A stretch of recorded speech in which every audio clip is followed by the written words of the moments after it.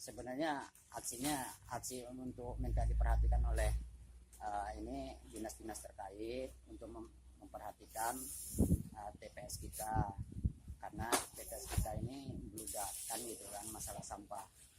Mereka sampai mengeluarkan uang sendiri untuk mengatasi sampah melalui sewa mobil, sewa muat, tenaga buruh.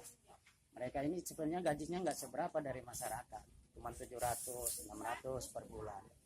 Nah kalau untuk sewa mobil tambah sewa mobil ya mereka kasihan dong kan.